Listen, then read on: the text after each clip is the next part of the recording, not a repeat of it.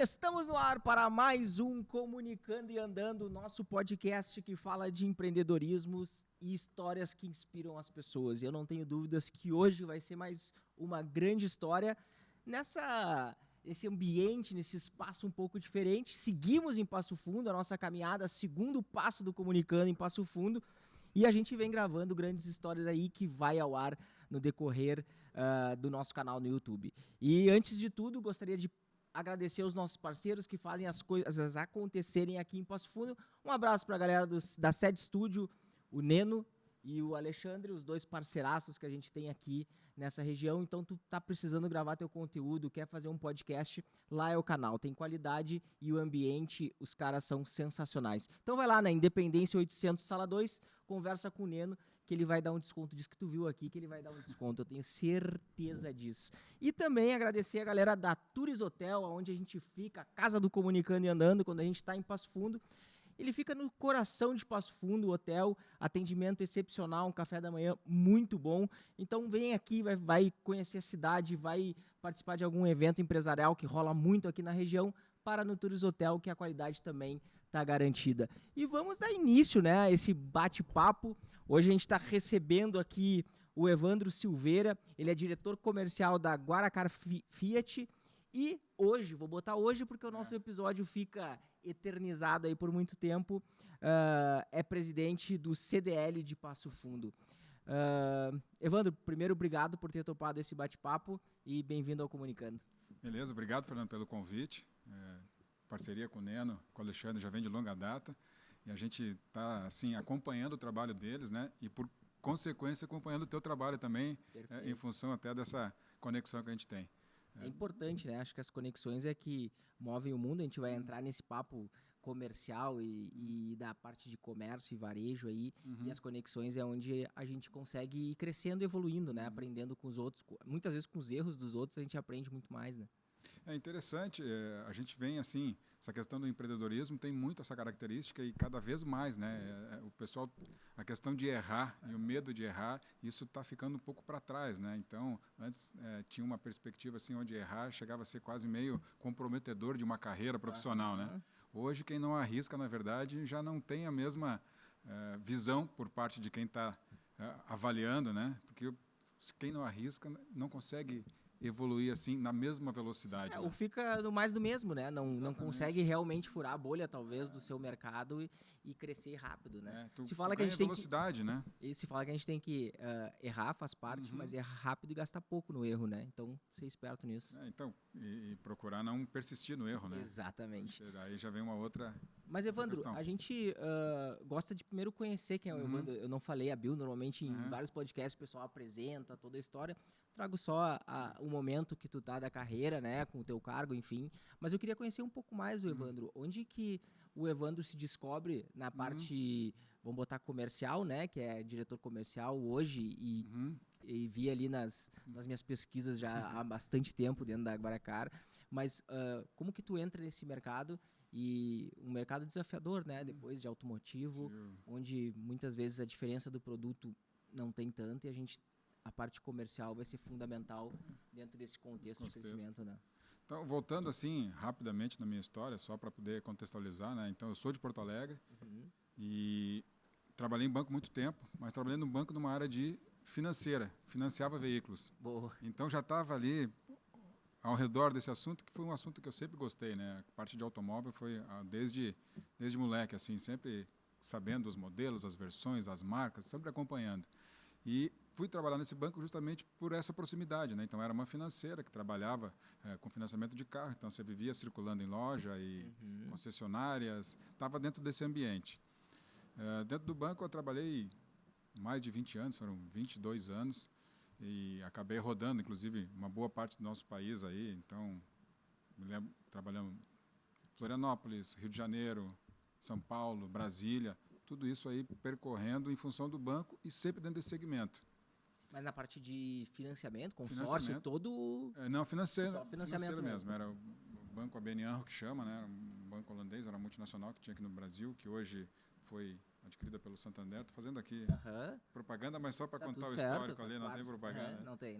Aí, dentro disso aí, vai crescendo na carreira e vai indo para essas cidades aí, né? Eu brinco que é o trio do Jornal Nacional ali, né? Brasília, Rio de Janeiro, São Paulo, todo dia bate o cartão ali, aparece alguma notícia dessas cidades. Aham. Então, de certa maneira, isso o banco me proporcionou conhecer e vivenciar essas realidades diferentes aí, e com isso a gente vai crescendo, né? Que a gente está falando agora há pouco de errar, acertar, né? Conforme você vai tendo mais referência, mais experiências, você vai tendo também condição de ter um pouco mais de discernimento das coisas, aquilo que está indo num bom caminho, aquilo que não está indo num caminho tão bom, né? Só que nessa história toda, rapidinho, Não? aí eu casei, conheci minha esposa lá em Porto Alegre, e ela é daqui de Passo Fundo. Então a gente rodou todos esses lugares aí, né? Então, até eu brinco, né, que era só nós dois, aí convida, vamos para Florianópolis. Pô, vamos para Florianópolis, né? Que beleza, só nós dois, tranquilo, vamos para o Rio. Só que daí veio o primeiro filho, aí veio o segundo filho, e aí essa mobilidade começou já a não ficar tão simples, né? Porque a família como um todo, cada vez que você vai fazer uma movimentação dessa aí, acaba sendo impactada, escola, emprego da criar esposa, uma raiz, né?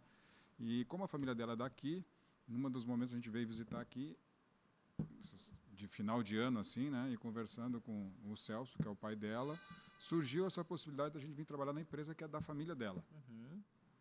Dentro do banco eu já fazia essa parte comercial, né, de visitar os clientes, visitar as lojas, os grupos de concessionárias, para fazer o papel de relacionamento do banco com os clientes. Então aqui foi só adaptar, indo para o outro lado do balcão, né, continuando aí na estrutura comercial da empresa, né. Então hoje a gente está lá já desde 2011, já tem uma história, a empresa tem, na verdade, 48 anos, então a gente tem uma história, mas a empresa tem uma história maior ainda, né? Então, a gente faz parte ali de um pedacinho da história da empresa. E o legal é que se tu circulou em um monte de concessionária, conseguiu trazer a experiência, ou tudo aquilo que faziam de bom, até aquilo que a gente falou no início ali, né, do errar, o que as pessoas estavam fazendo de bom e de ruim. E como que tu, entrando nessa transição entre banco e... que não era banco, era banco, mas estava inserido já no ecossistema automotivo. Mas como que tu vê essa mudança desse mercado hoje? Ele está muito mais rápido, muito mais digital, se aprova muito mais fácil as coisas. Como que tu conseguiu trazer a tua experiência do banco, de ter acesso a informações, para dentro daí, vamos botar assim, já do teu negócio como diretor comercial ali, né? Então, são realidades bem distintas, né? Tu pega um conglomerado como um banco, os caras com 50 mil funcionários no país, tem toda uma estrutura ali de retaguarda para as funções mais específicas, como para a entidade como um todo, né? Sim. Então, você tem muita informação, você tem muita alternativa e muito recurso. Claro que não para ser desperdiçado, mas você tem bastante recurso para poder ir atrás de alguns projetos, vamos dizer assim, né? E colocar aquilo em prática. Quando você vem para a realidade de uma empresa familiar, você não tem essa mesma disponibilidade, nem essa mesma capacidade, né? Então, de geração de recursos, de geração de informação, até para poder fazer uma gestão. Então, o que a gente imaginou, e aí, dentro do que você falou, né, e olhando outros grupos, Brasil afora, o principal foi tentar trazer um ambiente o mais profissional possível, mesmo para dentro de uma empresa familiar. Então, estabelecendo ali critérios de meritocracia para que as coisas acontecessem baseado nisso, né? Então, evitar aquele tipo de conversa de corredor que define uma coisa importante, né? Pô, isso é uma coisa importante, vamos reunir as pessoas que estão envolvidas, vamos fazer uma reunião, vamos entender, vamos aprofundar antes de tomar a decisão, né? Para que aquela decisão seja a mais acertada possível, procurando evitar ali os desvios, né? Então, basicamente, uma das coisas que a gente procurou fazer foi justamente isso, né? Transformar o ambiente, não que não fosse profissional, mas assim, dar ênfase nessa questão aí de profissionalismo dentro da estrutura da empresa, né?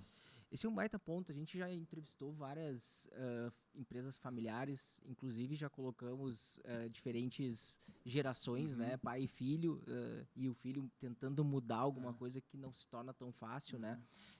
Qual foi o teu maior desafio? Era mais cultural, de todo mundo ter acesso daqui um pouco, essa meritocracia que tu disse de cargo, todo mundo ter acesso ao decisor, e daqui um pouco o cara vai mais por um lado e por outro, e não, tu criou uma régua que, tipo, daqui nós temos metas, enfim. Como mudar essa cultura de ter esse fluxo, né? Então, o que é interessante aí que você falou num processo que é a questão da sucessão, né? Isso aí é fundamental na transição das empresas. E aí o Celso, que é o pai da minha esposa, ele deu muito apoio para nós. E uma coisa que ficou muito clara para mim dentro desse processo é que assim, a sucessão ela passa por duas partes fundamentais, né? É o sucessor e o sucedido, né? Se não tem uma harmonia nesse processo entre as duas partes tentando entender e fazer o processo andar, acontece aquilo que você falou daqui a pouco, né? Um está puxando para um lado e o outro está segurando, ou vice-versa, né? Um está com uma expectativa muito alta e de repente o sucessor não está naquela mesma sintonia. Perfeito. Então isso aí foi determinante no processo dentro do nosso caso ali, né? Então a liberdade que a gente teve de fazer isso, né? E a confiança que a gente teve também para poder fazer isso, né? Hoje, só para ter uma ideia, eu fico mais na parte comercial e minha esposa fica mais na parte ali do financeiro. E a gente consegue administrar isso de uma maneira, assim, que está funcionando. Sim. Os resultados mostram que está funcionando, mas no começo muito difícil, tu chega, tem que mostrar que tem capacidade, né? Tu já tem uma estrutura ali que está funcionando do jeito que vinha acontecendo Não parecia há que tá ali anos, só né? porque é genro. Exatamente. Então, tu acaba tendo que mostrar que tem condições de estar naquele espaço ali, né? Mas daí vem uma coisa que eu até falava para minha esposa no começo, como a gente está no sul aqui, né? E a empresa que eu trabalhava antes, que era um banco, é uma empresa nacional, a gente também, para poder se destacar dentro daquela estrutura, eu particularmente, se eu fizer igual um paulista, o paulista vai levar porque ele toma cafezinho com os diretores, Sim, né? tem outros acessos. Exato, ele está lá próximo. Então, igual, tu não vai se destacar, né? Tu tem que fazer algo diferente para poder efetivamente aparecer no bolão, né? Sim. E eu percebi que quando eu cheguei aqui seria mais ou menos a mesma leitura, né? Se fizer mais ou menos igual a todo mundo que já está aqui, não vai funcionar. Então, realmente tem que se dedicar para conseguir fazer algo um pouco além daquilo que é o corriqueiro, para poder mostrar que a gente está aqui, assim, e tem bagagem e tem condição de poder tocar também a operação. Em prol do mesmo objetivo, né? Porque quando tu entra na parte comercial, costumo dizer que o comercial é o que move a empresa, né? Se não vender, não tem empresa, não existe. E no momento em que tu entra nesse setor e começa a criar culturas, criar regras, se a galera que está abaixo de ti ali, ou, enfim, toda a estrutura para trás, comprar a tua ideia, é em prol do crescimento de todos, né? Sim. E aí funciona um pouquinho, né? Fazendo uma metáfora aqui, tipo time de futebol, né? Se o jogador não quer jogar, o treinador vai cair. O treinador vai cair. Então, você tem que ter esse cuidado de envolver a equipe, de ter ali um norte onde todo mundo se encaixe nele, e para que a coisa funcione e ande, né? Senão você fica, vamos assim, carregando o piano sozinho nas costas, né? Então tem que ter ali uma contribuição de todos para que a coisa funcione. E isso, para conseguir, tem que trabalhar, né? Tem que muita conversa, muito papo. Um ou outro não entende, né? Faz parte. Aí você precisa fazer os ajustes, mexer as peças ali, fazer uma ou outra mudança, mas a coisa funcionou bem. Hoje a gente tem lá ainda, com boa parte do contingente, são pessoas que já estavam antes da gente chegar. Que legal. Então já tem também a raiz e a cultura do negócio, né? Vou usar a tua analogia de ir pro outro lado do balcão ou para trás do balcão, né? Tu era do banco e vamos entrar na Guaracar. Ela é um grupo de quantas concessionárias? Hoje são 4 concessionárias. E todas da mesma montadora? Todas da marca. Todas Fiat, Todas Fiat. Como que tu enxerga essa parte comercial e o mercado de automotivo? Tem diferença entre grandes capitais, como tu mencionou, São Paulo, Brasília, para uma concessionária do interior? Ela se torna muito mais relacionável, talvez, esse ponto de vista. E os carros, eles são iguais em todas as concessionárias, não muda, né? Diferente de algum produto que tu encontra numa, pega uma padaria, sei lá, tem um pão melhor que o outro, tem variações. Carro não. O quão importante é o time comercial e o atendimento dentro desse contexto de relacionamento? Eu diria assim, os últimos 10 anos, o mercado do automóvel mudou muito, mas muito mesmo, né?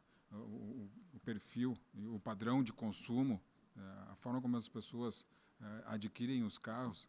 Há 10 anos atrás, o pessoal comprava o jornal de domingo, uma 0 hora da vida, para olhar os classificados e ver as ofertas, os anúncios, sei lá. Eu tenho uma agência de publicidade, vivia disso.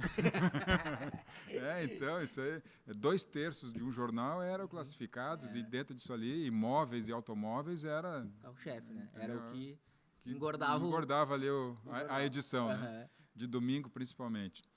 De lá para cá, com a história da internet, isso aí mudou completamente, né? Então, me lembro quando eu cheguei aqui, a gente tinha os sábados, por exemplo, era um dia de um movimento maluco dentro da loja, sabe? Parecia uma estação rodoviária de tanta gente que entrava, mas é porque o pessoal, a informação estava lá. Uhum. Então, ele tinha que ir até a loja para conhecer o carro, para saber o que estava acontecendo, né? Quais eram as novidades, as possibilidades e experimentar um carro. Hoje, boa parte desse percurso de decisão de compra, ele faz no ambiente digital. Então, quando ele chega até a loja, ele já está lá na frente, né? Ele já selecionou as marcas que ele gosta, já selecionou o carro que ele prefere e já viu que esse carro tem de bom e tem de ruim. Ele já entrou em revista especializada no site, na montadora, já sabe potência, já sabe capacidade do porta-mala. Uma preocupação enorme hoje em dia com a questão das multimídias. Lá atrás o cara abriu o capô para olhar o motor, né? Hoje não faz, mas nem abre, não olha. Chega, já olha o painel direto para ver a multimídia, como é que é. Né? Então, mudou muito isso. E tanto que, até mesmo em termos de equipe, a gente chegou a ter aqui em Passo Fundo 20 e poucos vendedores. Hoje a gente tem a metade disso, porque você não precisa mais ter essa função de apresentar o veículo. Você já vai para uma etapa mais adiante, né, que é de negociar. Agora, claro que assim, mudou também a expectativa de quem vem até a loja. Ele vem em busca de uma experiência agora, né, porque a parte técnica do carro ele já viu ali na internet. Então, ele quer ser bem recebido, quer ser bem tratado, ele quer uma estrutura compatível, ele quer ser tratado com carinho, né, e respeito. Então, não cabe mais pegadinhas ou falta de transparência. Né? Então, tem que passar ali uma negociação muito aberta, que é para a pessoa se sentir confiante o suficiente para, aí sim, escolher por essa marca ou aquela marca, já que produtos, às vezes, são bastante similares. Né? Você tem ali pontos fortes e pontos fracos em cada um deles, em cada uma das marcas. Né? Certamente, algumas vivem melhores momentos, ciclos, né? Até em função de gama de produto, mas, de toda maneira, tu precisa trabalhar muito a parte de convencimento ali para poder ganhar um cliente da concorrência. A experiência que tu fala é ele entrar no carro que talvez ele escolheu ou ficou em dúvida entre 2, 3 modelos e ali ele vai ter a experiência de sentar e se sentir confortável, é isso? Isso também eu acho que a gente tem trabalhado pelo menos nesse formato, tá, Fernando? Desde o momento que ele entra na loja e é recebido, ele já começar ali a se sentir bem. Né? Então, uma boa recepção, com um bom sorriso, o pessoal alegre e fazendo aquilo que gosta, que está no segmento, porque gostaria de estar no segmento, porque, como você falou, o cidadão que trabalha na área comercial, ele pode vender, às vezes, 3, 4 tipos de produtos diferentes, né? Então, a gente procura buscar quem gosta de carro para estar no nosso segmento, né? O cara que, além de ser um bom comercial, ele gosta daquilo que ele está fazendo. Perfeito. Então, isso, de alguma maneira, também vai criando ali uma sintonia com o cliente. Então, desde o momento que ele entra na loja, aí passa pelo test drive do carro, que é uma coisa que isso ele não consegue fazer na internet. Então, experimentar o carro, pegar, entrar no carro, sair para dar uma volta, isso só no mundo real. Pelo menos por enquanto. Pelo menos por enquanto. Então, é isso aí que compõe a experiência que a gente chama. Né? Então, você tem um ambiente adequado ali que proporcione tudo isso para ele, né? Que ele faça uma migração. E aí tem uma coisa que a gente toma muito cuidado, né? Tem lá um site bem arrumadinho, tudo bonitinho, funcionando, mas quando o cara chega na loja, o padrão não é o mesmo. A gente tem trabalhado lá no sentido de tem tudo certinho, tudo arrumadinho no ambiente digital e tenta, quando a pessoa chega na loja, ser melhor ainda, né, em termos de transformar, né, aquela parte que até então não estava tendo um contato humano, estava só na frente de uma tela. Sim. E aí, a partir do momento que as pessoas entram na concessionária e os nossos colaboradores começam a interagir com ele, né?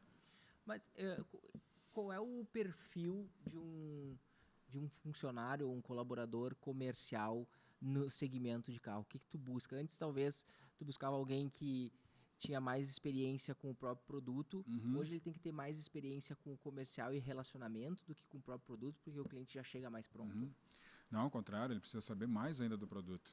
Ele vai ser testado. Ele vai ser testado. Por vezes o pessoal pergunta algo que ele sabe a resposta. Só para confirmar. Só para confirmar se a pessoa está sendo... Ele viu uma coisa negativa e ele, será que isso é negativo mesmo? Perguntar para o dono. O cara que tá na loja. Então, ele já escutou alguma história e ele pergunta justamente sobre isso. Mas o consumo desse carro aqui não consome muito? Aí o nosso vendedor tem que, vamos assim, ter uma base para poder informar para ele. Não, é porque ele é mais potente. Um carro mais potente vai consumir um pouco mais. Agora, se você quer um produto que consuma menos, vamos ter que ir para uma potência diferente também. Então, aí você vai fazendo esse papel de meio que de consultor, né? Mas, ao mesmo tempo, confirmando algumas das expectativas do cliente ou até desmistificando algumas das ideias que ele chega ali, né? Porque, assim, também não vamos... Um concorrente nosso não vai falar bem da gente, né? Sim. Vai falar bem do produto dele, né? Sim. E nós é que temos que fazer o nosso papel falando bem do nosso, né? É meio louco, porque o produto é o mesmo, né? É. O de vocês, o produto é o mesmo, né? Talvez para chegar na loja de vocês, ele passa por um outro concorrente. Aham. E, sei lá, no inconsciente ou alguma coisa fez ele ir até vocês. Então, perder ele está meramente ligado ao atendimento, Ao né? atendimento. Hoje a gente tem muito claro isso. Quando a pessoa vai até a loja, ele está extremamente propenso a fechar negócio. Porque ele já passou por todos esses filtros. Então, realmente, quando não dá certo, a gente vai dar uma olhada, ver o que aconteceu, porque possivelmente podemos ter errado ali no caminho. Qual é o desafio de vocês no sentido de geração de conteúdo versus esse colaborador? Tu, como diretor comercial e tá nessa área, a gente vê algumas pessoas que se destacam por ter facilidade de comunicação e não ter vergonha, enfim. Mas esse vendedor que ele tá na rede social, que ele tá interagindo diariamente, ele tende a converter mais internamente, no sentido, o cara chega na loja e diz, eu quero falar com o Evandro. Sim, aqueles que trabalham as suas próprias redes sociais, eles acabam tendo ali um desempenho acima da média e as pessoas procuram por esse vendedor. A venda dele começa aleatoriamente, sem saber para quem ele está vendendo, mas ele já está vendendo. Eu tenho um exemplo que eu, de vez em quando, comento. Nós tínhamos um vendedor, temos lá, bastante tradicional aqui na nossa loja em Passo Fundo, né? É um belo vendedor, grande profissional, mas ele já tem um formato de trabalho que vem desde a escola dele, já é anterior um pouco, né? E entrou um vendedor novo, muito ativo nas redes sociais, né? Que pegava ali o carro, tirava foto e publicava na página dele e fazia, acontecia, né? E um bom resultado em vendas. Aí esse outro vendedor falou para mim, pô, mas o cara está fazendo isso. Eu chamei ele, como é que você faz? Quando você vai na padaria tomar café, todo mundo na padaria te conhece, esse mais antigo, né? Sim. Quando o cara pergunta de carro para ti, você fala de carro para ele, o pessoal sabe que você trabalha aqui, acaba indo te procurar para perguntar de carro. Ele, sim, claro, com certeza. Bom, ele está fazendo a mesma coisa, só que você consegue lá atingir 15, 20, 30 pessoas. Ele, com a rede social, ele vai a 1.000, 1.500. Então, assim, essa é a perspectiva que você tem que... Aí, não, é verdade. Começou a trabalhar também em rede social, apesar de estar meio resistente no primeiro momento, né? Sim. Mas claro que quem tem mais desenvoltura acaba que fica mais confortável fazendo, né? Então faz mais vezes, faz mais seguido, gera mais conteúdo, busca mais informações. Então é uma nova geração que está chegando aí também dentro desse mercado, realidade, dessa realidade comercial. Os YouTubers da vida, eles aproximaram o cliente de vocês, né? Gerando conteúdo, falando, muitas vezes tu falou que não tem experiência de sentar, realmente a gente não tem experiência de sentar, mas a gente escuta uma pessoa dentro do carro, andando, falando o que tá gostando, o que não tá, e quando eu sento lá, eu já penso assim, o cara lá não gostou de tal coisa, será que eu não vou gostar disso também? E daí a experiência já tá, até às vezes, bem direcionada, né? Então, às vezes ele escuta alguma coisa e, por vezes... E aí, isso que a gente procura, assim, superar, né? Ele nem vai experimentar porque ele escutou alguém comentar, né, negativamente ali sobre algum modelo. Então a gente tem que também fazer o contraponto, né? Então a gente procura gerar esse material, vamos dizer assim, né, esse conteúdo, buscando também a curiosidade da turma para vir pessoalmente ter a sua própria opinião. E o quanto tu está identificando a questão de tráfego? Até tem uma agência de publicidade e a gente trabalha essa performance. E muitas vezes o nosso cliente, que seria no caso vocês, preciso de novos contatos, novos leads, novas pessoas. Mas dentro de um contexto comercial hoje, o cara pode entrar hoje, ele compra o primeiro carro, daí ele vai evoluir, vai comprar o segundo carro, o terceiro carro. Como que vocês trabalham essa experiência pós-venda do cliente para manter ele ativo para uma segunda, terceira compra? No caso de vocês, até evolução. Muitas vezes ele pode pegar o primeiro carro de entrada, depois ele melhora, daqui a pouco ele já vai para um classe melhor e assim vai evoluindo, né? Vai navegando dentro da própria gama, dentro da própria gama. A gente procura trabalhar a carteira de clientes, né? Aí você falou agora de um aspecto importante, que eu acho que também é algo que está evoluindo, mas precisa continuar evoluindo. A gente usa agência de propaganda, mas a gente tem, por exemplo, E trabalhamos muito fortemente, a própria montadora trabalha muito forte a questão digital, né? Aham. Mas a gente tem consciência que a parte, vamos lá, ainda rádio é importante, ainda a TV na hora certa também é importante, e por vezes encontrar quem faça as duas coisas não é muito fácil. Uhum. A pessoa às vezes eu faço muito bem a parte digital, mas não faz tão bem a outra parte. Perfeito. E para nós ali, até para poder expandir essa base, porque senão eu fico trabalhando sempre na mesma base, né? Aham. Sempre na mesma base, sempre na mesma Sim. base. Para mim expandir a base, de vez em quando eu tenho que usar aquele cara que não está pensando em comprar, mas que ele lembre da Guaracar quando ele eventualmente for pensar em trocar de carro. Então você tem que, vamos assim, tentando expandir essa base de clientes, né? E a parte de influência, e por vezes esses outros canais também são importantes para complementar a parte digital. É um ciclo muito maior, né? Da parte comercial. Comercial. E o teu funcionário, ele enxerga esse ciclo?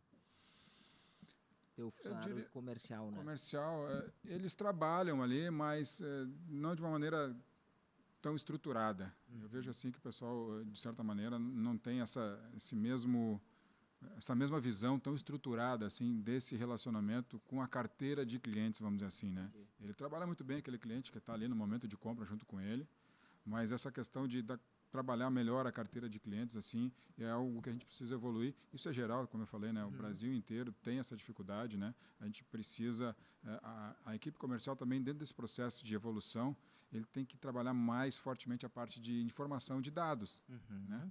Então deixar assim, isso fazer mais parte do dia a dia dele. Buscar isso, inclusive, né? Pô, quantos clientes médicos eu tenho, quantos clientes advogados eu tenho, quantos clientes que trabalham em banco eu tenho.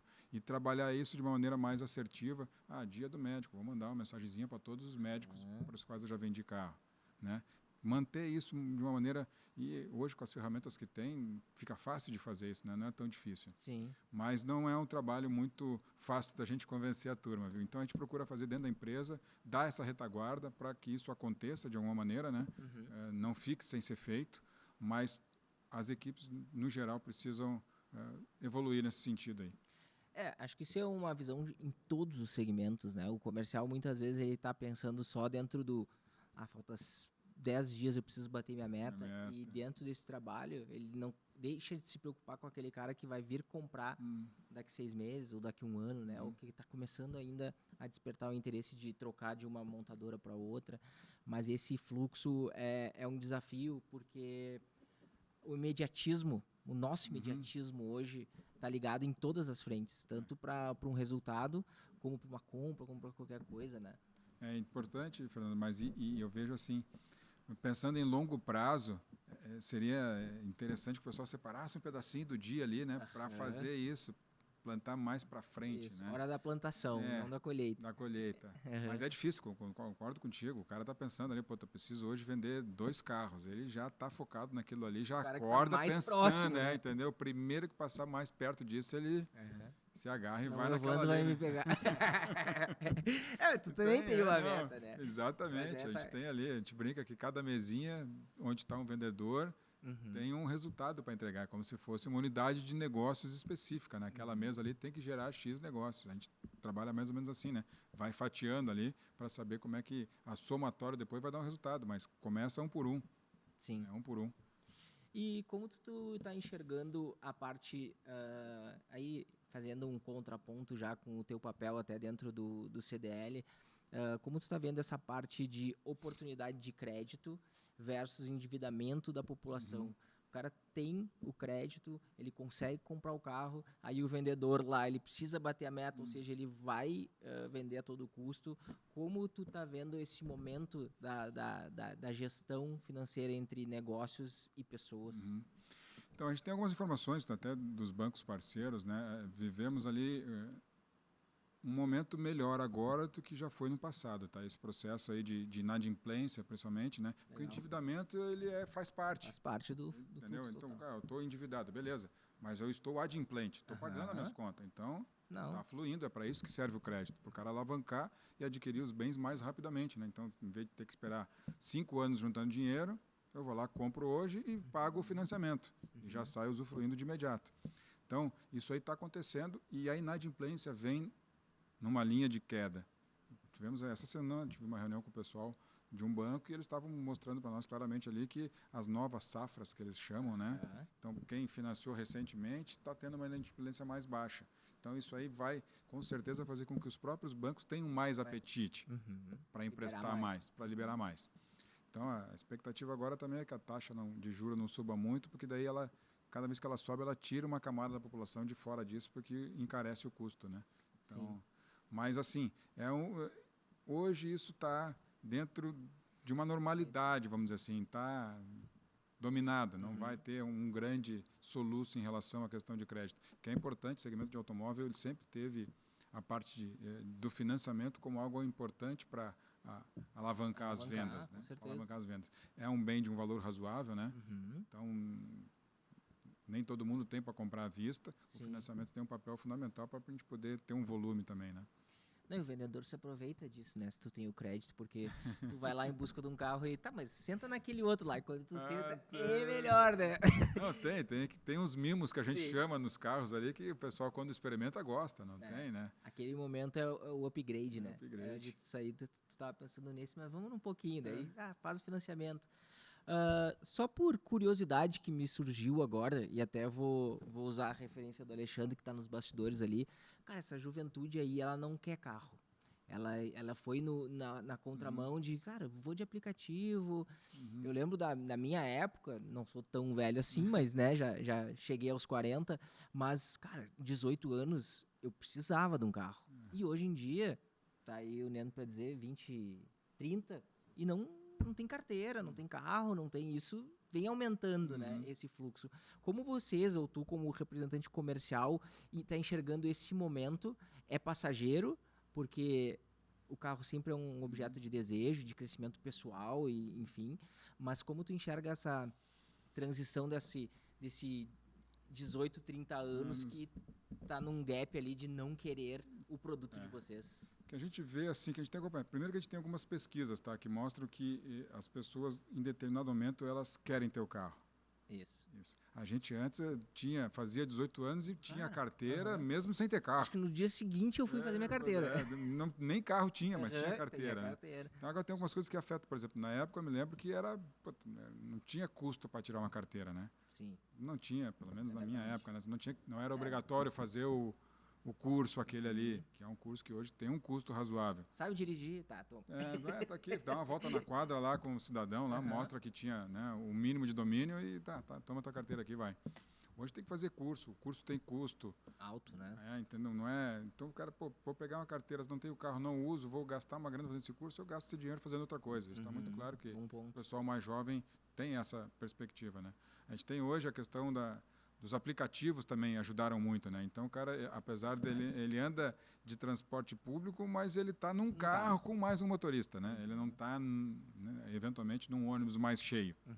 Daí seria uma outra situação, né? Sim. Então, a perspectiva é assim, essas pessoas vão continuar consumindo carro de uma forma diferente. Eventualmente, uma família, aí sim, uma família que tinha 2 carros antes, agora vai ter um carro só e vai pegar e fazer o complemento com essas outras alternativas. Mas o cara está com mas continua sendo o carro. Objeto de desejo ainda existe, ainda está ali. E assim que as pessoas têm oportunidade, a gente fez uma pesquisa e assim, tivemos acesso a uma pesquisa e mostra que as pessoas claramente preferem ter o seu carro. Mas isso, claro, dentro de uma... Aí você vai lembrar também, antigamente o cara pegava um carrinho velho e estava feliz da vida, né? Primeiro carro, carro judiadinho, mas o cara estava feliz da vida. Hoje em dia, se for para ter um carro velho e andar no aplicativo, eu vou no aplicativo porque não me dá dor de cabeça. Perfeito. Então essas mudanças são fato, elas aconteceram. Mas no fundo a perspectiva assim, de vir a ter o seu próprio carro ainda faz parte do processo ali. Daqui a pouco só esticou, não é mais nos 18, estamos nos 30, mas ainda segue tendo fluxo. Né? O carro, para quem tem negócio, é inevitável. E não só objeto de desejo, né? É um objeto de comparação, de crescimento, de tudo mais, né? Sai da expectativa. É conforto também, é a liberdade. Não, eu quero ir embora agora. Levanta, pega o carro e vai embora, não tem, né? Então, ele te dá uma certa liberdade assim, de decisão mesmo, que é interessante. Mas, claro, aí a gente vai ter diferença também entre uma cidade grande, em uma cidade pequena ou média, né? Até em termos de disponibilidade de transporte público, sei lá, vou para São Paulo, tem metrô. Às vezes o metrô é mais rápido e mais tranquilo do que você pegar um carro. Perfeito. Não vai ter trânsito, vai chegar no horário, então tem características diferentes. Já pega aqui nossa realidade, pô, preciso ir não sei aonde. Nem tem ônibus para lá. Sim. Nem se torna a disponibilidade de daí. aplicativo também não é tão grande. Então, você tem realidades distintas no país como um todo que acabam influenciando isso de região para região. E a estratégia da Guaracar no sentido de manter uma só montadora? Eu vi que vocês são referências nas cidades que estão presentes, talvez por ser focado em Fiat, enfim. Mas a gente vê os concorrentes de vocês acabam abrindo outras oportunidades, talvez por não perder negócio. Porque se eu não gosto de Fiat, eu jamais vou ser teu cliente. Então eu abro uma outra montadora. Foi estratégia não partir para outras montadoras? Uma estratégia de talvez aumentar volume, conseguir melhores negociações até junto com a montadora? Ou foi por destino não abrir outras oportunidades? Então, isso vem já do histórico da empresa, né? Que sempre foi na marca Fiat e até determinado momento isso era uma realidade do mercado como um todo. Essa mudança que houve também ela é recente, eu diria de talvez 10 anos para cá, isso acabou ficando, essa consolidação que a gente chama, né? Ela está se tornando cada vez mais forte. A empresa tem quase 50, então ela vem de uma outra história, né? Sim. Essa perspectiva de outras marcas é algo que já faz parte do nosso radar, né? Então a gente tem olhado e assim, buscado oportunidades para eventualmente dar esse passo. Legal. Ainda não surgiu, mas eventualmente vai surgir e a gente já tem essa perspectiva de poder ter outras marcas também dentro do grupo. Sim. Por um outro lado, a gente entende que também não adianta ser... tem que ter uma certa relevância dentro de cada marca, né?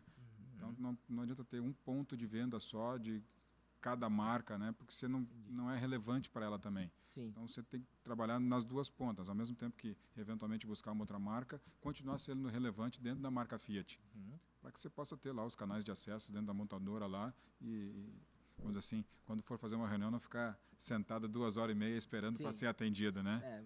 Só tem uma loja, fica aqui. Tu tem 2, 3, 4, 5, fica aqui. Vai ficando ali. E as próprias montadoras estão encaminhando para uma situação de consolidação dentro das suas redes, né? Então você já não tem mais grupos com uma única loja, já cada vez menos dessa situação. A maioria já tem pelo menos 2 ou 3 lojas. A gente falou sobre tendência de comunicação, tendência de vendas, e a gente, antes de entrar na questão do CDL, a gente vê uma tendência de mudança de perfil do próprio carro como um todo, indo para carros elétricos. Como tu está vendo a própria Fiat dentro desse universo que concorre com marcas que vêm de fora, específica e padrão, né? Uma BYD, enfim, esse tipo de montadora. Mas como que tu está vendo esse mercado? Eu de fora e por estar envolvido com a parte de comunicação e tal, eu enxergo tipo, eles vêm muito forte em comunicação, mas daqui a um pouco não tem tão forte uma entrega em cima dos objetivos de qualidade depois de atendimento de manutenção, enfim. Tu acha que essa é uma realidade sem volta, o carro elétrico, ou ainda é um ponto de interrogação? Eu penso que é um caminho sem volta, mas ele é um caminho mais longo do que o que eventualmente o pessoal está tendo a visão nesse momento. Legal. Entendeu? Ele vai acontecer, o carro elétrico, a gente provavelmente todos nós teremos carros elétricos, mas ele é um caminho mais longo. E ele passa por etapas, inclusive. A própria montadora, a Fiat, por exemplo, ela defende uma tese, junto com outras montadoras importantes, como a Toyota, por exemplo, só para citar aqui, de que o híbrido é uma passagem nesse caminho. Até porque o Brasil tem algumas características diferentes de outros países, né? A gente tem energia renovável aqui, ela hoje o principal da nossa matriz energética são energias renováveis, né? O próprio automóvel, a gente tem a questão do etanol, e aí vem eu brinco sempre, né? É fortíssimo e ele tem dentro dessa característica de sustentabilidade um papel importante, relevante. Só que a grande verdade é que do carro elétrico, boa parte das pessoas que compram não está muito focada nessa questão aí da sustentabilidade. Sim. Porque ele é novidade. Tem esse conceito, mas eu quero fazer parte desse mundo. Exatamente. É muito mais uma questão assim é novidade. E o pessoal gosta de ter novidade, faz parte. Eu penso que isso aí está dentro de uma normalidade. Perfeito. Agora, por exemplo, se não vendia muito mais álcool do que vende hoje, né? Muita gente abastece com gasolina, se ele tivesse efetivamente preocupado com sustentabilidade, ele botava etanol, e não gasolina. Sim, é sempre a conta matemática. A conta matemática acaba pesando bastante e não vai ser diferente com a questão dos carros elétricos. Você tem alguns carros mais em conta, mas boa parte dos modelos, eles 200 mil, 200 e poucos mil reais, né? Sim. Então, é um carro já para uma faixa de consumidor, né, que está numa classe ali, né? A gente tem, por exemplo, carros de entrada na marca lá a partir de 63 mil, que vão para o mesmo lugar, com a mesma forma. Então, a preocupação da montadora vem um pouco nesse sentido, né? De ter uma tecnologia que evolua, que passe pela essa questão do híbrido até chegar no elétrico, mas que não perca de vista atender a classe média, que é o maior público consumidor do nosso país. Então, a ideia não é fazer carros assim, que daqui a pouco tem uma tecnologia super avançada, mas que poucos conseguem consumir. Isso não é nem do ponto de vista comercial para a nossa montadora, por exemplo, né, porque vai ter um volume muito pequeno, como também até mesmo do ponto de vista social, né, porque você vai começar a criar ali quem tem carro e quem não tem carro. Você vai voltar lá para os anos 1930, 1940, onde... Perde dar possibilidades de todo mundo ter. Todo mundo ter, exatamente. Ser um produto popular. E quando eu falo popular, não é aquela questão, né, do passado de carro popular, porque isso aí também já não existe mais, né? Eu acho que esse ponto que tu trouxe é muito mais mídia do que a praticidade, o carro 100% elétrico. Até, não sei se foi esse mês passado, entrou em discussão dentro do prédio onde eu moro, tipo, como instalar. Ou seja, tem gente querendo e ele não compra por falta de estrutura. De carregamento. Imagina tu ficar dependendo de, tipo, ter que ir no shopping a cada 3 dias para estacionar e carregar o teu carro. Então, muitas vezes parece que está vendendo muito, mas o cara ele perde cliente pela falta de estrutura. E acho que o Brasil, como tu disse, diferente de outros países, ele ainda está longe, né, de conseguir essa gama de estrutura para atender esse mercado. Então, é interessante, o Brasil, na verdade, ele está realmente em fases anteriores, nessa questão específica do automóvel elétrico, né? Tive uns dias fora agora e deu para observar, né? Lá, por exemplo, o pessoal já tem os carregadores e eles já cobram, é que nem tu parar para abastecer num posto de gasolina, tu para abastecer do carro elétrico, tu vai pagar ali X valor pelo quilowatt. Então, cara, pera um pouquinho, já não é mais de graça, porque lá no começo tinha muito incentivo. Sim. Então, tinha muita disponibilidade de muitas situações, inclusive carregar o carro, subsídio para que o carro fosse comprado.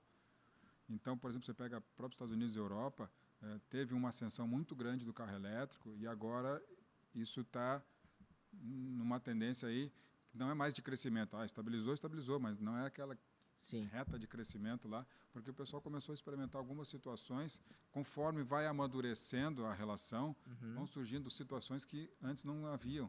E aí aquilo que a gente falou ali da conta do álcool e da gasolina, né? O cara começa a fazer conta, puta, paguei mais caro pelo carro, agora tem que pagar também para abastecer, como é que isso vai acontecer?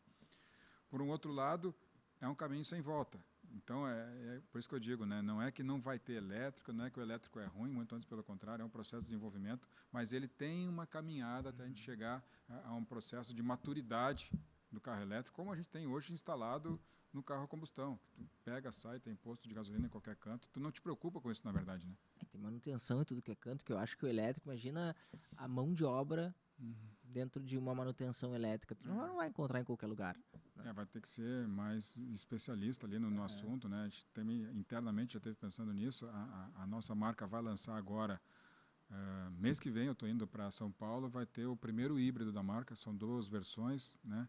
Então vai começar esse processo já de hibridização, que eles chamam dos carros, para seguir na caminhada. Então, só que daí já tem um componente diferente, como é que vai ser? Já tem que treinar a equipe de manutenção, né, os mecânicos, você já vai ter que fazer treinamentos com eles para poder eles tratar com esse novo equipamento que vai estar ali acoplado no carro, né? Então, tem toda uma caminhada que eu digo, né?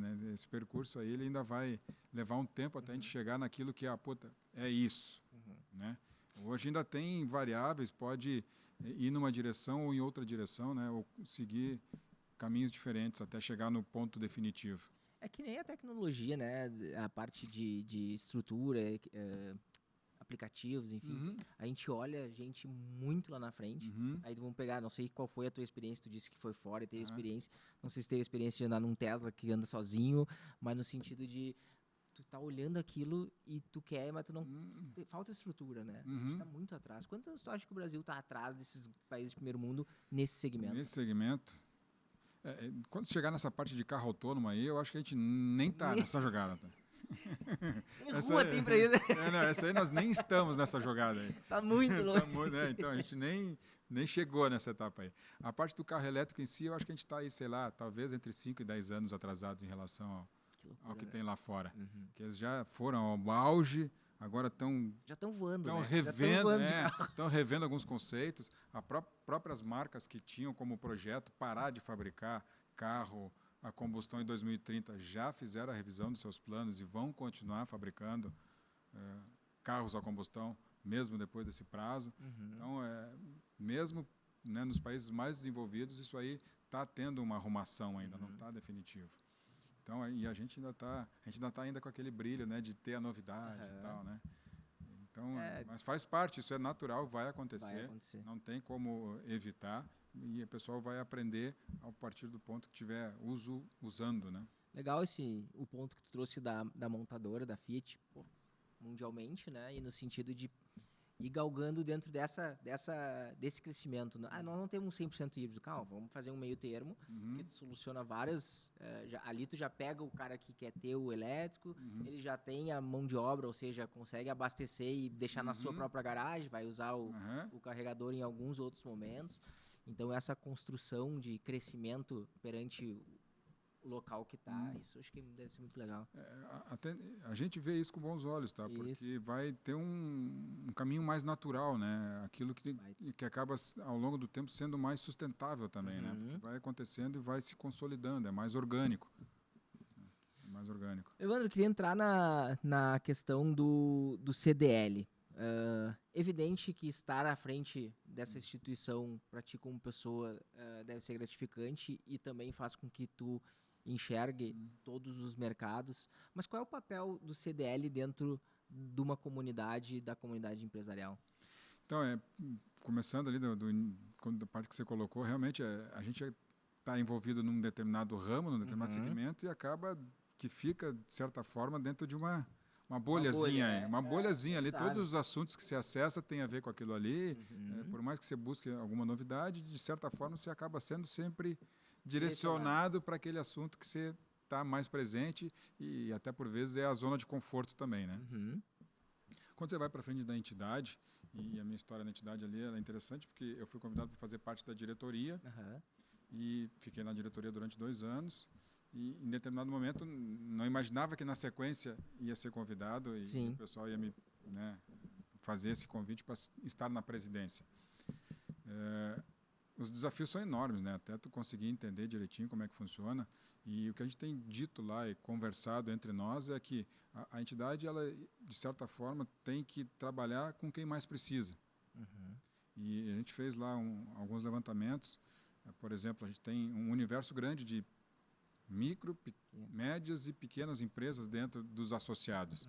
E são esses que mais a gente tem a oportunidade de contribuir.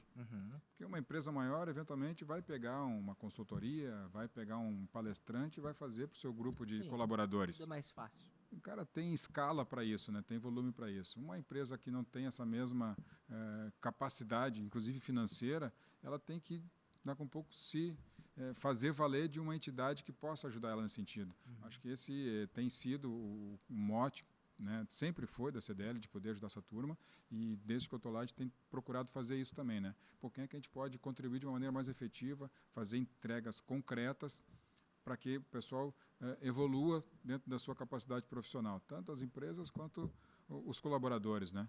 Isso falando dos associados, né? Mas a entidade também tem um papel bastante relevante na comunidade como um todo. Até porque muitas das ações que a gente faz acabam reverberando além da questão somente dos associados, né? A gente tem lá, por exemplo, vamos tratar de segurança, por exemplo. Impacta todos. Impacta todo mundo. Então, todo mundo acaba se beneficiando com aquilo ali. Quando a gente faz um movimento tentando contribuir para que a segurança seja melhor, não vai ser só os associados que vão usufruir disso. Todo mundo vai, em qualquer parte da cidade, vai ter assim, essa benfeitoria a seu dispor. Uhum. Então, a entidade acaba tendo um impacto bastante forte. Aqui em Passo Fundo ela tem essa característica, né? Essa semana ainda a entidade comemorou 60 anos. Uhum. Eu até brinquei que o destino quis que eu estivesse representando a entidade nesse momento, que é um privilégio enorme, né? 60 anos, né, é uma bela de uma história, né? Muita gente passou por ali, são muitas mãos ajudando a construir essa história. E, então, assim, tem essa linha, né, de poder estar inserido na comunidade, na sociedade, na cidade como um todo, ajudando. Acho que esse é o papel principal, né? Tem muita gente que faz muita coisa na cidade, a gente procura respeitar o espaço de cada um, né? Então, a ideia não é ter um protagonismo absoluto, né, que venha de certa forma a apagar outras pessoas. Não, a ideia é poder se juntar e fazer com que o brilho de todos acabe fazendo com que a cidade brilhe mais ainda, né? Que legal. Baita visão, né? E, tu acredita que a entidade ela é um braço para esse pequeno? Principalmente a gente já fiz episódios também com micro e pequenos. Eu gosto de pegar todos os âmbitos para que porque é isso que funciona o contexto, né? Um pequeno lá, ele vai lá depois comprar um carro contigo porque ele precisa para o negócio dele. Mas como tu tá enxergando esse cenário, até na primeira passagem que a gente teve aqui em Passo Fundo, tu disse o destino quis estar aos 60 anos, mas talvez seja um dos anos mais desafiadores, né? Principalmente aqui para nossa região, a gente foi altamente impactado. Não Passo Fundo diretamente, né? Porque ela não teve impacto direto nas enchentes, mas o varejo ele não está sempre ligado a uma região. Daqui a pouco o Passo Fundo foi prejudicado porque os produtos não chegavam até aqui, o varejista, o pequeno lá, ele foi mais impactado porque era o principal produto dele que não chega.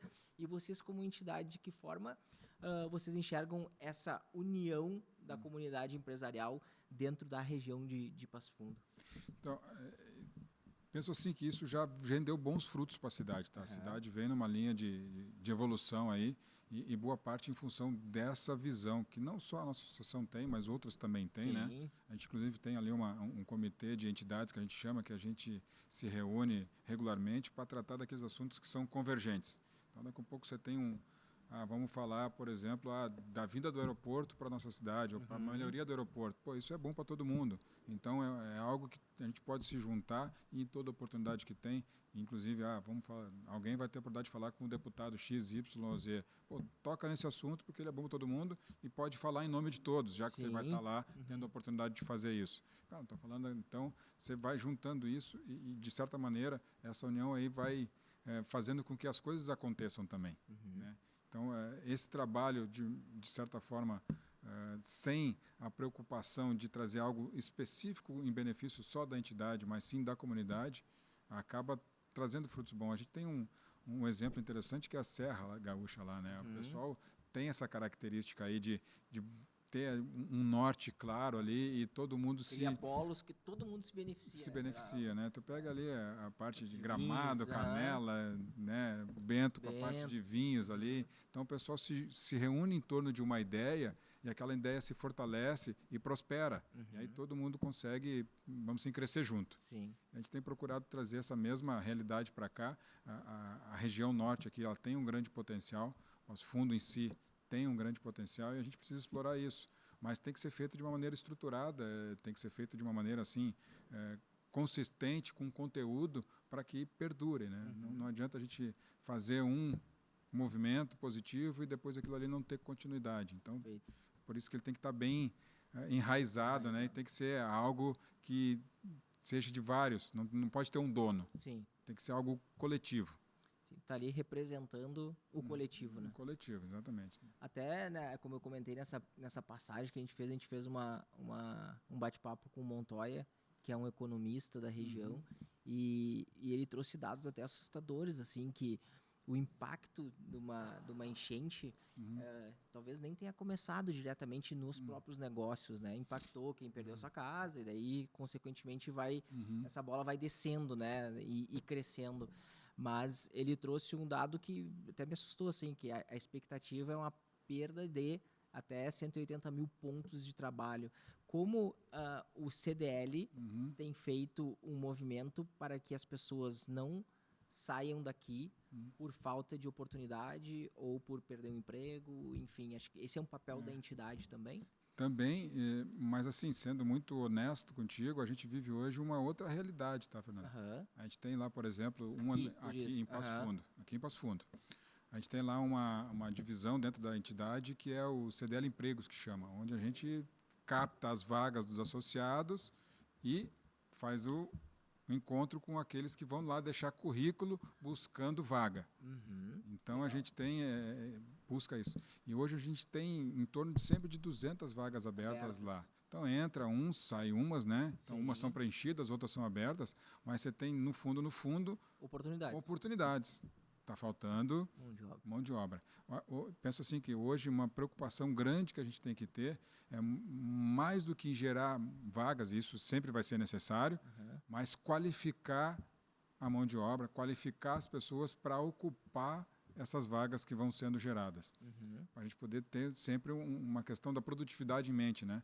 Que é a grande competição entre as nações é a questão da produtividade, né? Sim. E a gente só consegue fazer isso com mão de obra qualificada, para poder ser produtivo. Sim. Acho que hoje, penso que assim, desde já e daqui para frente, o processo de qualificação ele é fundamental, né? Então, começa desde a formação, nos anos básicos ali nas escolas, né? Sim. Até depois, quando o cidadão escolhe essa ou aquela profissão, ele continuar também ainda se aprimorando, para poder a gente ter pessoas capacitadas. E imagina, né? Pega aqui a nossa região que é agrícola, né? Agrícola. Hoje, para o cara conduzir uma colheitadeira, tem muita tecnologia ali. Às vezes ele nem conduz, ele só aperta meia dúzia de botão. Entendeu? Ele tem que chegar ali e programar a colheitadeira para ela fazer o trabalho dela, né? Então, não adianta mais saber botar a primeira, segunda, terceira e pilotar ali. Foi muito além disso. E só para dar um exemplo, e eu nem sou muito especialista na área, então posso até estar falando alguma bobagem aqui, mas eu imagino que é mais ou menos por aí, falando da nossa realidade aqui. Mas isso vai por outros segmentos todos, entendeu? Na nossa equipe lá hoje, uma pessoa que não consegue interagir com a parte de informática, que não consegue interagir com a parte de redes sociais, ele acaba não tendo um desempenho tão bom. Então, ele tem que se preparar para isso. E tem cursos para isso. A própria entidade proporciona cursos como esses.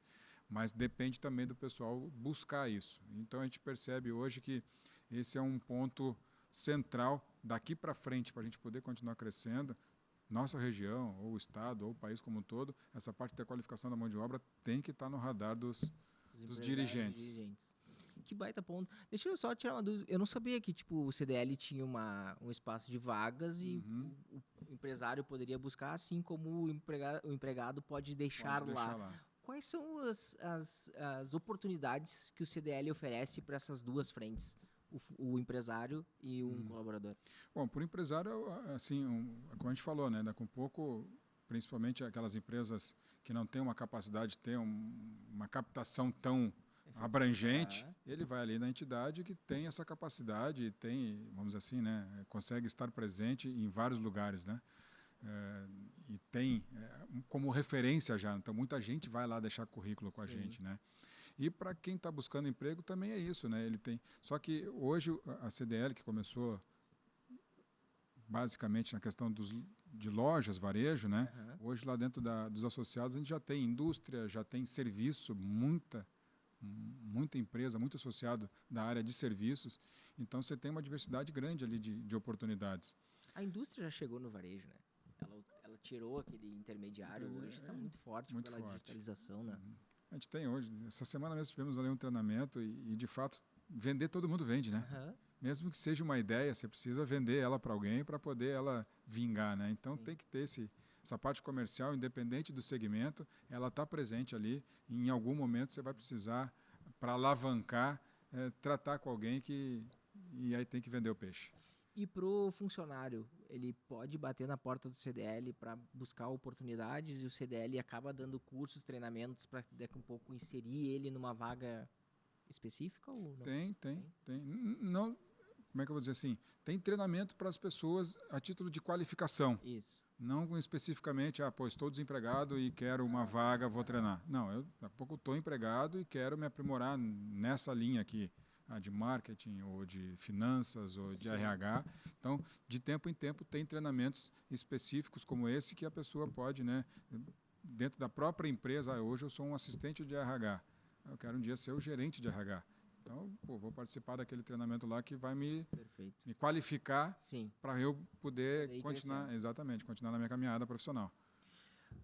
A gente já caminha para o final do episódio. Como que, estando à frente comercial de uma empresa e à frente de uma instituição que, somadas aí, está inserido no ecossistema da economia como um todo, como tu está vendo os próximos passos da economia da região aqui, do nosso estado como um todo, e de que forma que vocês estão se preparando para algum impacto ou para esse crescimento? A gente tem o varejo, de uma maneira geral, você falou ali, né? A própria indústria hoje, por partes, vamos dizer assim, invade esse território, né? Então faz ali um caminho direto com o consumidor. E o varejo vai ter que evoluir nesse sentido, né? Eu diria que a gente hoje está dentro de um processo de transformação, e a gente está absolutamente dentro desse processo de transformação. Eu penso que a gente vai ter que trabalhar muito naquilo que eu até comentei no início ali, né? A experiência do cliente. Ele tem que, ao se dirigir até uma loja, ao chegar na loja, ele vai ter que ter uma experiência positiva. Tem que ser para ele interessante sair de casa e ir até aquela loja, tem que ter uma motivação para isso. Porque produto por produto, eventualmente, ele pode ter outras formas de adquirir. Vai chegar na portaria do prédio dele, né? Então, ele vai ter que ter, seja diversidade de estoque, seja diferencial, seja um atendimento, seja, assim, N situações. A criatividade vai ser determinante nisso, a inovação vai ser determinante nisso, para que a gente possa fazer os consumidores se movimentarem pela estrutura do varejo que a gente tem hoje na nossa cidade. O próprio poder público tem que contribuir com isso. A gente tem alguns projetos em parceria com a Prefeitura e com a Câmara de Vereadores para tentar melhorar a circulação das pessoas pela cidade, para que isso seja conveniente, né? Então, daqui a pouco eu vou numa rua especial lá, e aquela rua tem as lojas que eu procuro, aquilo que eu preciso ver, eu consigo ver naquela rua, e eu chego lá bem, a calçada é bacana, é bem iluminada, tem segurança. Então, todo esse ambiente, ele precisa evoluir nesse sentido, né? De proporcionar conveniência e experiência positiva para os consumidores. O que não é fácil, né? Porque depende de investimento, depende de aprendizado, então é por isso que eu digo que é bastante desafiador. Quando a gente até estava falando antes aqui em outro episódio sobre o poder público, muitas vezes não é que ele não queira fazer, é que tem uma burocracia que impede, e aí leva mais tempo do que o empresário gostaria, e tem um ciclo muito grande, né? E a entidade, legal de ver que a entidade está ativa nisso e está buscando essa melhoria para fazer com que a mobilidade faça com que o ponto físico não comece a perder muito para o digital, né? Tu não acredita no mundo digital, assim, específico? Por exemplo, para o mundo de carro, hoje já tem gente que compra um carro 100% no digital com vocês? A gente tem, assim, um processo que ele anda 90% no digital. Eu penso que, assim, vai ter... Eu sei que tem marcas que vendem através do Mercado Livre. Agora, o carro ele é um patrimônio, né? O brasileiro ainda enxerga o carro como um patrimônio. Isso vai influenciar na decisão dele. Outro detalhe é que ele tem um seminovo por vezes para dar na troca. É diferente se você vai comprar, sei lá, um liquidificador. Sim. Você vai lá e compra o liquidificador, não leva o liquidificador usado para dar na troca e levar um novo, né? Então tem uma característica diferente, né? Ele ainda é visto como patrimônio, até porque o investimento por vezes é razoável. Vamos lá, a pessoa não gosta de comprar um carro por 400 mil e na hora de dar ele na troca escutar que ele só vale 200 mil. É uma perda expressiva que ninguém se sente confortável numa situação dessa daí. Então, eu imagino que a gente ainda vai ter um papel preponderante nessa questão aí. Isso vale para outros segmentos também. Agora, claro que a competição ela muda, né? Então, enquanto antes competia com o vizinho do lado ou da outra quadra, agora tem uma competição nacional e até internacional, por vezes, e de outros em cima do meu produto. Né? Eu estava vendo uma pesquisa que as pessoas estão deixando de ir em restaurante para fazer aposta em bet. Tu acredita que o teu concorrente não é mais o vizinho, é o restaurante. Não, é outro segmento, nada a ver. O cara deixa de chamar um X ou um hambúrguer para pegar aquela grana e jogar, porque ele tem a expectativa de duplicar, triplicar, enfim. Por vezes ele já fez... Quando ele vai fazer o pedido, ele vê que ele já gastou e não consegue mais fazer o pedido que ele já gastou antes. Já foi. A gente tem alguns levantamentos da entidade maior nossa, que é FAGV, que fica lá em Porto Alegre, junto com a Instituição Nacional. Essas bets, elas estão roubando, assim, fatias da renda impressionantes. Impressionantes. É assustador. O pessoal que está achando que vai ter a bala de prata ali, né? Numa bet. É um sonho, né? Às vezes tu precisa mais do que tu tem, tu acha que vou botar o que eu tenho para duplicar e no fim tu perde tudo, perde tudo. Então, assim, e o varejo está sentindo isso também e outros segmentos também vão sentir. Outros segmentos também vão sentir. O teu concorrente não é mais só se tem uma pizzaria, não é a pizzaria do vizinho, é o todo, né? É o todo. É o ecossistema. São muitas alternativas. E hoje é aquilo que a gente falou, né? Então, o cidadão sentado no sofá de casa, ele acessa o mundo inteiro, né? Acessa o mundo inteiro. Em termos de informação, de possibilidades, é bastante desafiador. A gente tem, assim, gastado algum pensamento, algum debate em cima de como é que isso vai acontecer. Cada um vai ter que ser suas iniciativas individuais, né? Cada um vai ter que procurar se posicionar no mercado, né? Individualmente, qual que é o meu papel, como é que eu gosto, o que eu pretendo fazer. E a entidade, por sua vez, como é que ela pode contribuir, né, nesse caminho aí de cada um. Mas estar dentro da entidade é sempre favorável, né? Eu tenho me relacionado bastante com entidades, não só a CDL, como Sindlojas lá da região, enfim, essas entidades que favorecem o varejo. E eu sempre vejo que as pessoas que são engajadas e que usam os produtos ali, sempre tem um atalho, né? Então, estar presente nesse ecossistema favorece o empresário. Sem dúvida nenhuma, viu, Fernando? Eu já participava antes daí sim da montadora, né? Então tem a associação da montadora, então você participa lá nos segmentos, então já participava lá. E agora vindo para o CDL, isso também fica muito mais claro para mim. Você participar assim, seja de um evento e às vezes, o palestrante é bacana, mas você no cafezinho conversou com uma pessoa que está fazendo de tal maneira aquilo que você faz de outra, e o jeito que o cara faz é mais interessante.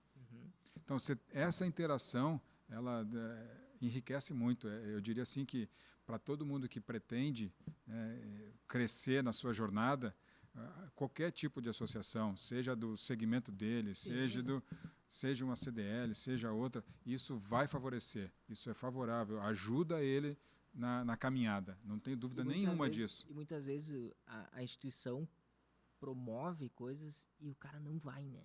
É difícil, né? É desafiador. Aí tu olha lá, a gente já fez eventos, enfim, daí tu olha assim, tem 120 inscrições, aí vai no dia tem 40. É 30%. Por que tu te inscreveu? Por que tu não foi, né? Destina um tempo para isso, assim como tu destina um tempo para estar na tua loja, define um tempo para te não estar, mas tá fazendo por ela, né? Então, a gente tem essa dificuldade aqui também, tá? Às vezes, para te mobilizar a turma em relação a algo que um treinamento que seja, ou um palestrante que você está trazendo ali, ou seja lá o que for, o pessoal, e a gente entende que está envolvido no dia a dia ali, é importante, tem que tocar o negócio, mas é necessário também, de vez em quando, você dar uma paradinha e sair e olhar o mundo de uma maneira diferente, porque quando você volta para dentro do negócio, você volta maior do que quando, né, foi lá. Você tem condição de agregar mais para dentro da realidade da empresa.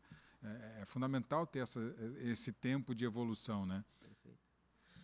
Tem mais duas perguntas. A primeira é, o Evandro, por Evandro, o que tu sonha nos negócios? Quais são os teus objetivos? Para onde que tu caminha?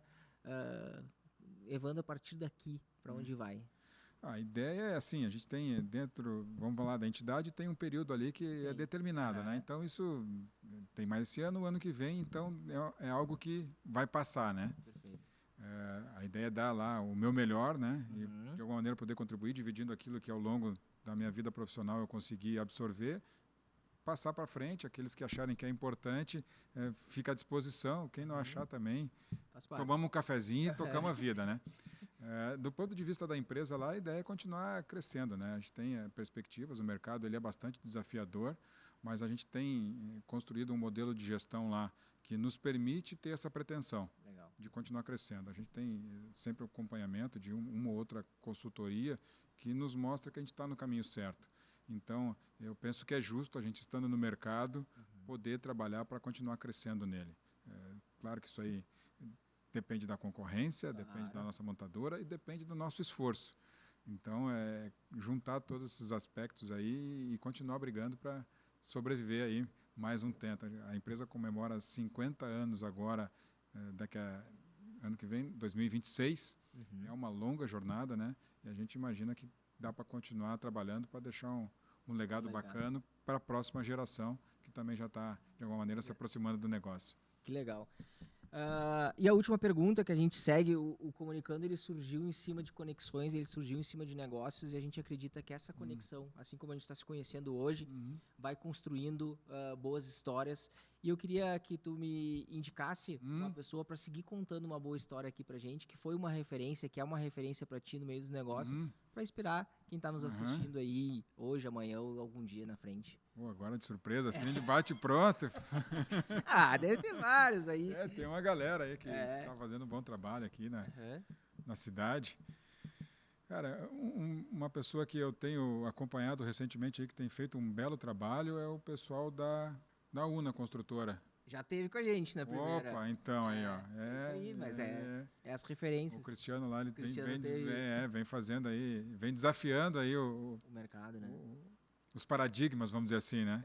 E passando por eles. É uma pessoa que eu gosto.